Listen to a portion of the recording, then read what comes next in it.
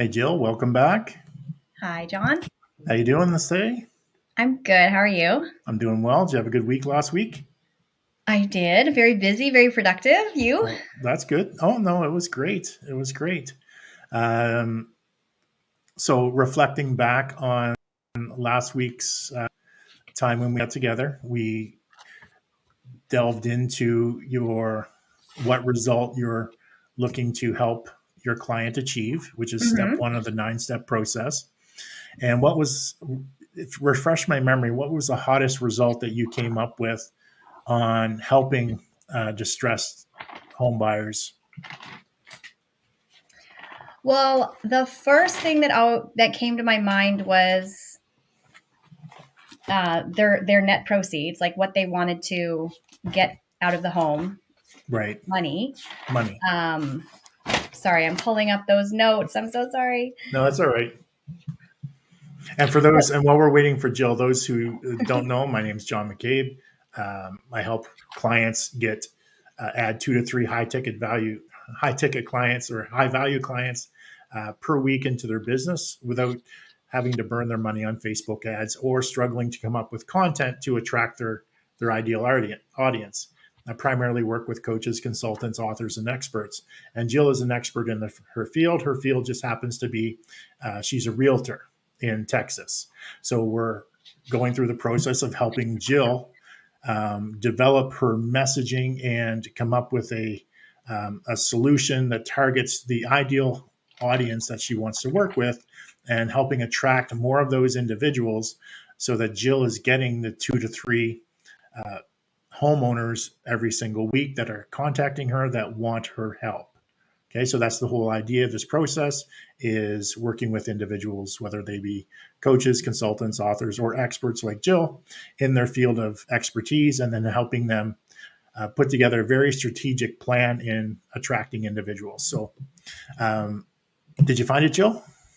Yes, and sorry, were we talking about what they want to increase or the results they're looking Well, to what was the get with hottest their segment? result that you decided on? We came up with a bunch of results that you helped them increase, a bunch of results that you helped them decrease, and which one did you zero in on being the hottest result that you're going to help these people with? The one that you're going to focus in on.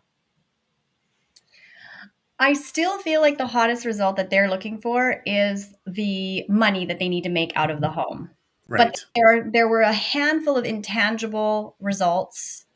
Um, the relief from the burden, but that's also financial, but and also the emotional support.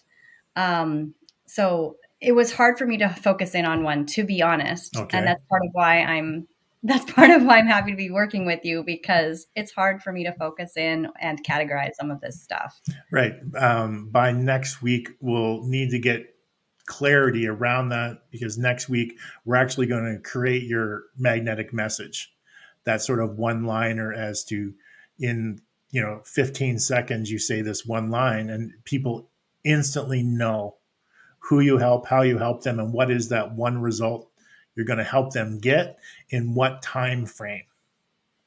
So I'm going to help you, like, for example, get 2 to 3 high value clients per week within 90 days.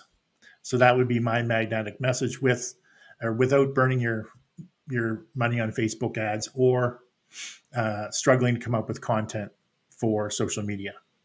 So that's an example of a magnetic message. So in order to do that, you need to know what your result is. So in that example, the result is high value client. So yours would be um, increasing uh, the money they get from the sale by 20% or whatever it is within that specific time frame. All right, so we'll move on to today, and today we're going to get clear on who it is that you help and how you actually help them. Now, in layman's terms, this is your ideal target audience, and a lot of people like to get into things like, oh, let's niche down, and I prefer not to, focus on niching, but let's focus on the problems that your ideal target has, and then how it is you can help them solve those problems. So that is Mhm. more, going to be more beneficial to you because if you're focusing on one specific niche, not everybody in that niche is going to have the same problems. But if you focus in on a problem, Hmm. anybody that has that problem, wherever they come from, whatever their demographic is, it doesn't matter. They're going to identify with the message because they are in the category of they have that problem, or they're looking for that desired outcome that you say that you can help them achieve. Hmm. Okay. So today, in today's session, we're going to go through the ideal target audience, and just let me quickly share my screen here.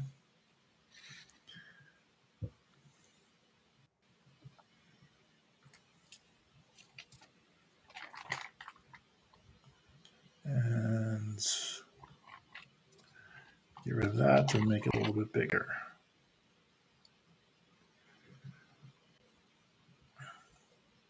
All right, so you had a chance to go through the exercise prior to. So the first thing we're going to look at with regards to your ideal target audience is their before state, or where they are right now in the situation that they're in right now. What is their particular before state? So their particular before state is they have a property that they need or want to sell. They no longer want to own it, don't want to live in it, whatever the case may be. They don't know who to trust. Okay. They don't know what to do first, and they are generally stressed out, maybe upset, going through various emotions, but definitely stress. Big stress is there. Okay, and these would be individuals who are the current state would be that they are in some sort of financial distress. Typically, or they're going to be, and they want to avoid that because they know they don't want to continue to pay, the property taxes or mortgage if there is one on a home, say if it's an additional home that they're not already living in, or it's too big for them and they need to downsize, that sort of thing. Right. So so a situation is either upon them or looming, one or Right. the other. And they're either trying to get out of it or they want to avoid it. Right. So that is the where they are currently right now. And what would be some very real life frustrations or struggles that they're going through right now as a result of the situation they're in? Right. So the financial burden, of course, tax, mortgage, whatever other bills to maintain that property. Um, it's probably very well taking a toll on them physically because of the stress, but also emotionally onto their relationships, say, like Right. causing some strife between a husband and wife, or maybe between some siblings if it's a property, an heirship kind of situation. So they've got, yeah, there's sadness and grieving going on a lot of times. Somebody Right. might have passed away. It's maybe the dissolve of a marriage. It's not like a happy situation necessarily. Um, and then also, kind of as mentioned before, they're frustrated because they don't know where to start. They're hearing from a lot of people and they don't know who to trust, or they're hearing a lot of things and they don't know what's true. So a lot of information and they're overwhelmed. And also, um, they think they have a lot to do here. I thought of this one after, kind of, because a lot of the times they really feel like there's so much they need to do in order to sell their house, and they need to do it themselves. Mm-hmm. And a lot of it's not even necessary, first of all, and second of all, they don't necessarily have to do it themselves. But that's where our solution comes in. But Right. So they're frustrated in the amount of work that needs to get done, or they feel that needs to get done to sell their home. right. They're struggling with the potential either creditor phone calls or letters from the bank, Or uh, investors, like or people calling and texting them, if it's come to that point, they might be already bombarded by a whole lot of offers, but they right. don't know what's what. So Yes, they don't know how to evaluate the situation to help them get more out of their home. hmm so through this process, some of them are looking just to escape the process, and others are looking to maximize their return, and they're willing to go sort of to the end Right. rather than settle for a lower number Yeah. or a lower sale price. But it's all overwhelming. Like that would be Right. a big thing. Overwhelmed from the amount of offers, frustrated because of the financial burden that it's putting on them and their family. So it's taking a toll on their relationship. All because of the current financial situation that they're in with their home. Mm-hmm. So the after state is, so the before state is you would address they're in a financial situation. So what does the after state look like? Where do they want to be at the end of this process? What in their mind, what are they imagining where they want to be? Well, they've usually got a pretty good idea of how much they want to make. They can clear some debts with that. Maybe they are going to have a little bit of money in the bank. They're moved out of the home if it was one they were living in, moved on, to the next place, stage, chapter, or rid of, if it was an additional property, they're rid of it. They're not paying the bills on it anymore. Right. So they're seeing themselves in this peaceful place where they're past this whole thing, and their financial situation's improved, and they're relaxed and enjoying their life again. Right. They're set up in a new home. They see themselves, happy there, not having the financial distress that they went through. Hopefully there's money in the bank that they can then use for future situations that may arise. Mm-hmm. Maybe they are able to invest some, but they basically downsized their situation and got rid of the problem that was causing them all the issues to begin with. And that problem being the house that got them in. I mean, they got themselves in this financial situation, but the house, they see the house as the issue. And Right. once they alleviate themselves or get rid of that particular house, now they're in a situation where they feel that they can breathe easy. It's like a weight is lifted off their shoulder. They can move on to the rest of their life, and it's going to be sunshines and rainbows and happy trails from there. So from that, what kind of long-term desires? I mean, that's sort of an immediate where they want to be, like within the next few months, obviously, but sort of from the perspective of this particular individual, did you come up with any longer-term desires? So what would this person want more long-term? Once they rectified this situation, sort of what are their ideals of this is what I want my life to look like now that this is well in my past? And, are they looking to get back into another home? Are they looking down the road? Are they looking to be, financially secure or have equity in a property? Like, what is it that you came up with that would help them, or figure out what the long-term desires are for these particular individuals?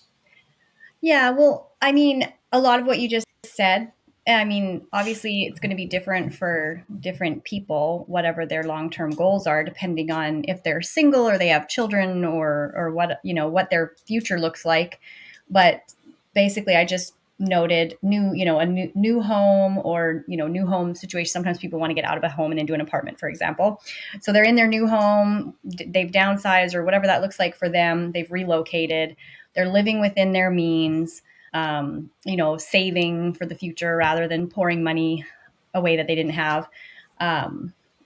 They're just happy, living happily, and they have peace of mind because they feel good about the way they handled the situation, i.e. they look back on, like, they feel good about having worked with myself, and they have peace of mind that it was handled well and that they got, the best result they could get for themselves. Right. Okay, excellent.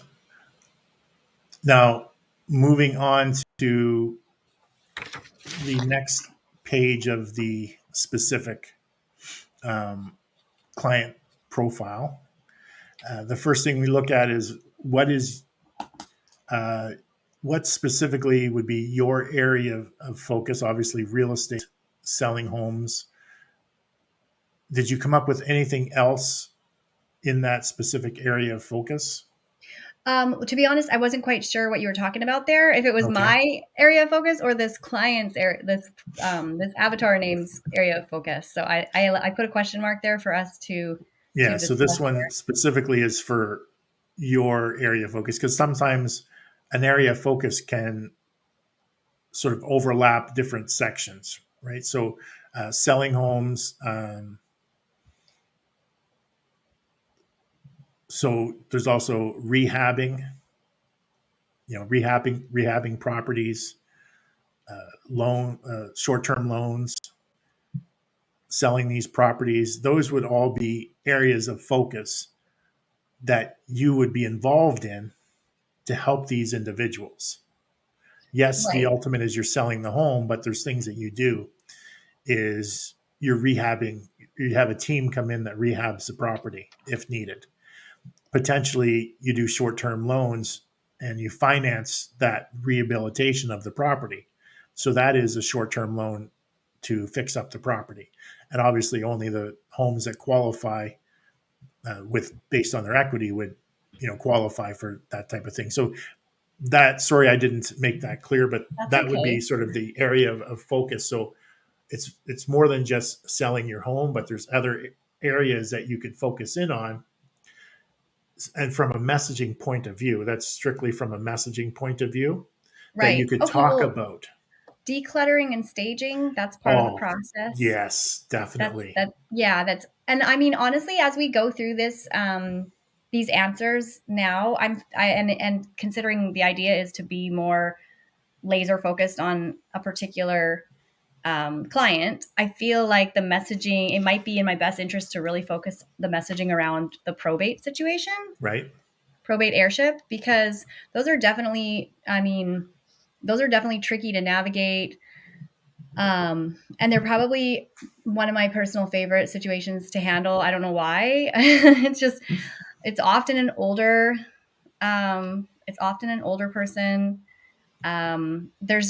There's a lot of like love and care that's needed for that situation. Right. And I mean, then I mean, if I really want to get focused in on just one, because when we're talking about, distressed, there's just a few different categories. It's not all one situation, so you can't Yes. really give the same message to them all.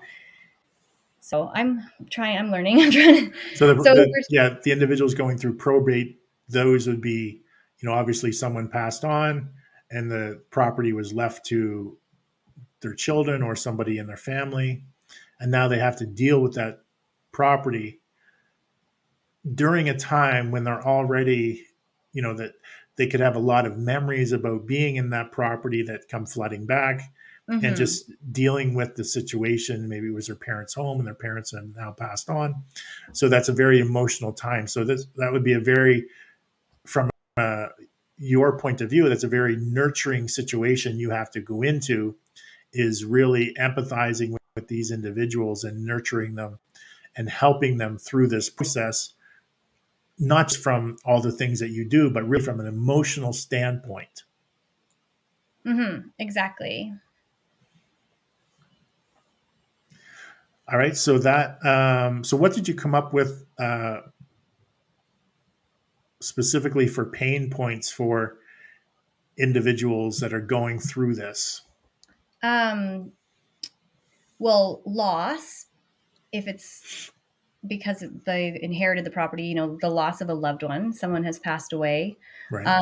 When it comes to divorce, there's a loss of the relationship. Um, if somebody's losing their home and they need to downsize, and it's like where they raise their children, it's that they're having to leave the family home. So it's like the loss of their, feels like their entire life sometimes, or Mm-hmm. the dream that they had of staying there longer and building their life there. So it's some really major pain points there, and then also the loss of money, because a lot of times people come to discover that what they, for whatever reason, there's a variety of reasons, but for, maybe they've put money into renovations and they're not going to get that back on the price, or there's a bit of a financial loss there because they're selling faster than they thought they would, or like Yes. say it's not in as good a condition, so they're not selling it for what they wanted to. A variety of situations. So, and then also managing people's expectations. They may feel that because they have an emotional attachment, the house is worth a lot more yes, than it actually is. yeah, they're not looking at So- it through that objective market data analysis lens that I am. So that definitely that's a challenge. Yeah, so everyone's looking to get more. They feel that their home is worth more money when in actuality it's not. Yeah, that's a tough one. Maybe they don't know. They have so many offers, they don't know even where to start. Yeah, and I mean, a lot of times people can, depending on the situation, I mean, people can just kind of, I mean, we've all been there. You just kind of feel like a failure because it does not feel like a win to them at that time. So Right. there's just like a bit of a personal, a little bit of a personal thing to go through. So there. if we look at all the different issues in their situation, what are some of the problems that they need to solve in order for this home to be sold? So typically there's more than just, they need to sell their house. There's Yeah. other problems that may Yes. need to be solved along the way prior to selling their home. So what did you come up with problems that need to be solved? Well, particularly with probates, there's often a great deal of items in the home and they need to decide what to do with them. And that's a really tricky one because it's not too often that somebody says, I don't care a lick about any of this, just come in and haul it off. That's not usually the case. So there's often a lot of decision making with items that have, sentimental value. And it just has to be done, and that's tough. And then the other problems that I'm trying to solve is what's the best strategy for selling the property? Do we want to sell it as is, and what does that look like price wise, or do we want to do this, that, and the other thing, and sell it for a little bit more? What is this, that, or the other thing? Like which items are worth doing and which items should we leave? And that you have to gauge that based on the current market that you're in and knowing like what buyers are looking for and what's going to increase the value and what's not. So lots of those little problems needing to be solved on my end. And then, like I say, them needing to decide also what they're willing to allow me to do. Because you might tell someone, hey, here's my prescription for you. Like, we're going to do this, this, this, and this, and we can sell it for this. And they say, don't you touch that. Don't you do that. Like, I don't want you to do any of that. And like, they go, okay. So you kind of have to. So if you look at sort of back and forth, this is the overall picture, and we're looking at this from the lens of we need to identify, it's that sort of the 80-20 rule, right? 80% of the individuals are going to have these specific problems that need to be addressed. They need to be solved. And those could be, are they hoarders? They just need to be decluttered, or, there's too much stuff in there. That's a problem that needs to be addressed. The property is in disrepair. So that's a problem that needs to be addressed. What are if you look at it from the perspective of here's the majority of the people that we're dealing with, and the majority of them are going to have these particular problems that need to be solved before we can turn around and put it on the market for sale. So what would be those specific problems? Because remember, we're using this stuff in your messaging so that people will be able to relate to it. So if you're saying, if you're dealing with specifically probate stuff, has your family member been, collecting things over the years, and it's kind of got out of control, and you need to have your home decluttered prior to putting it up for sale, or things along those lines, or have basic maintenance gone by the wayside, and your home needs to be spruced up and become show ready in order for you to maximize the amount of money you get from the sale. So things like that. So, what would be some of the major problems other than the ones that I just addressed? I mean, I think you really nailed them all. And the main, kind of from top down, it would be junk removal, like literally taking things away, either to store, sell, or trash. But so items in the home, cleaning, always interior, Mm-hmm. sometimes exterior, minor repairs, landscaping, minor updates. But kind of from the top down, it's always the stuff and the cleaning. Well, isn't there also some legal issues that need to be solved, whether it be from because just because you're selling the home doesn't mean that, I guess, because in the US, you're using title companies. So are they Mhm. the ones responsible for making sure that all the people coming after you are sort of looked after and paid out? Or do you have to hire Well, a that's lawyer handled on through top title, of that? yeah. Right.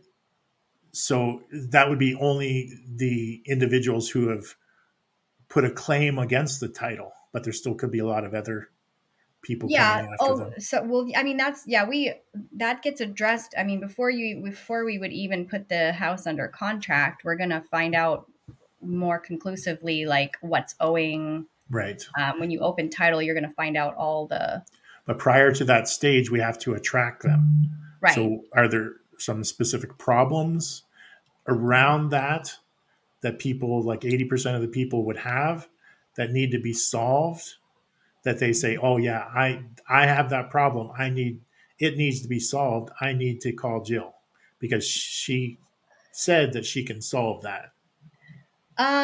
Okay, so it just depends. When it comes to probate, they can avoid probate typically. It's kind of like hard to answer that on the spot. Mm-hmm. There's some variation within their problems, and we talk to them at different stages in the game. Like if they're already in probate, they have to wait it out through the courts. They don't have to go through probate, but it depends on the heirs and if they all agree. And there's a lot of different.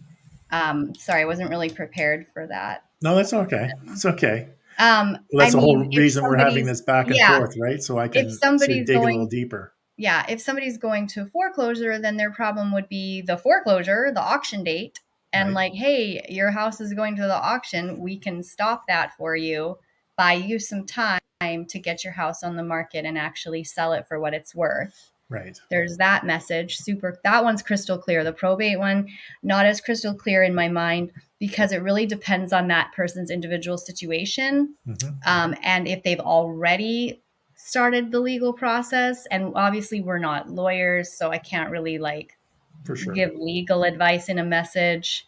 But hey, like, have you inherited a property through a probate process or or through the will or, whatever, and you're not sure what to do, let's talk because it would really depend on where they're at with things for that one. Right. So, I mean, just moving forward, maybe dig a little bit deeper into some of these problems that would affect 80% of the people that you're dealing with, and think of it from the perspective of, if I was going to put out a message, that the majority of the people that see this message that are in my audience would be able to identify with that problem because they have the same problem and they would want that problem solved. Mm-hmm. So thinking it from that perspective and maybe coming back to this a little bit later on and see if you can come up with more problems that need to be solved, that looking at it through that lens, if that Uh-huh. makes sense. It All right. So makes sense. what about some of the roadblocks and objections that people have with respect to using, working with someone like yourself? So what are some of or going through the process that you have these people go through in order to help them? So did you come up with any roadblocks or objections? Definitely. They don't know who to trust. They generally are a little apprehensive to trust anyone, including myself. A lot of times they don't like the price. You give Mhm. them based on, which is, based on market data, but they don't like the price. They don't like having to pay fees, commission. So they, a lot of times, they're really looking to get out with as much as they can, really grasping at straws a lot of times, that, they can just get this done as cheap and quick and easy as possible, but not letting anyone help them. So yeah, there you go. So they don't Right. know how to trust. It's the price, the commission, difficult for them to let go. Sometimes it's just a matter of that. Like sometimes someone can literally tell you exactly what they need and what they want, but then when you present them with the solution, all of a sudden they're like, you know what? I'm not ready. And they're just not ready to let go and move on, and or they're having a hard time making the decisions necessary to get there. Right. And a huge trust is a huge hurdle. And because they're emotional and overwhelmed, which was touched on before, that adds to it.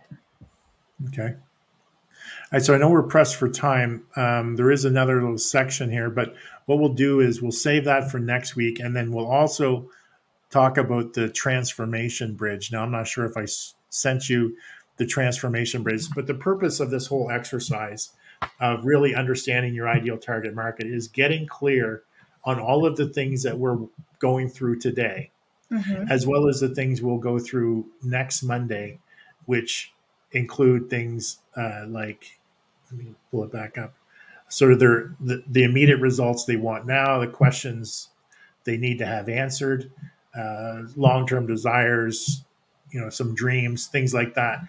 And then your goal, somebody who's putting out content, and this is every business's goal, whether you're a coach or consultant or you're selling you're a brick or mortar shop and you're selling widgets, it doesn't matter. Your goal is to transform your client's life from where they are today to where they want to be.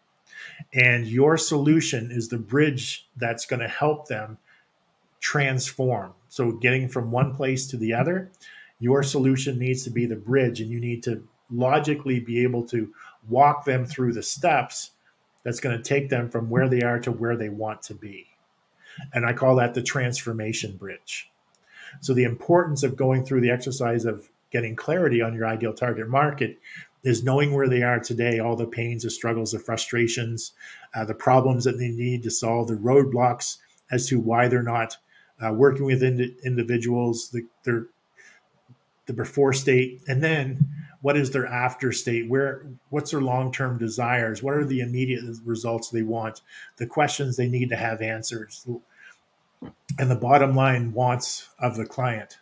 And once you know where they are and where they want to be, now it all becomes about how you present your solution as that transformation bridge to get them from one place to the other. And that is the role of any business, is to effectively transform the lives of their clients or help their clients move from one place to the other. And that is the importance of going through this exercise. And this is where a lot of businesses fail, a lot of coaches, consultants, authors, experts, they do not understand the sort of the transformation that needs to take place. And they don't do the foundational work that's involved, like the things that we're doing right now with respect to really understanding your ideal target audience, understanding what that one hot result is that they want, and understanding how to put the messaging together that's going to really attract the ideal target audience, let them know that you have the result that they're looking for, and you can deliver on that result in this time frame, and that you have the solution, and you are going to walk them through step by step over that transformation bridge to get from where they are to where they want to be. Does that all make sense? Yes. Okay, so that's the objective for next week. We'll continue on with this, and then we'll get into the transformation bridge, talking about how you're going to get clear on moving your audience from one side to the other. Sounds good. All right. So thanks again for joining me, Jill. I look forward to next week, and we'll get started around roughly the same time, 9:45 Mountain Standard Time, between 9:45 to 10 o'clock Mountain Standard Time, depending upon any technical issues that may arise. You never know, but we'll do our best. So thanks again, Jill, for joining me, and I look forward to seeing and chatting with you next week. Thanks, John. All right, take care. Take care.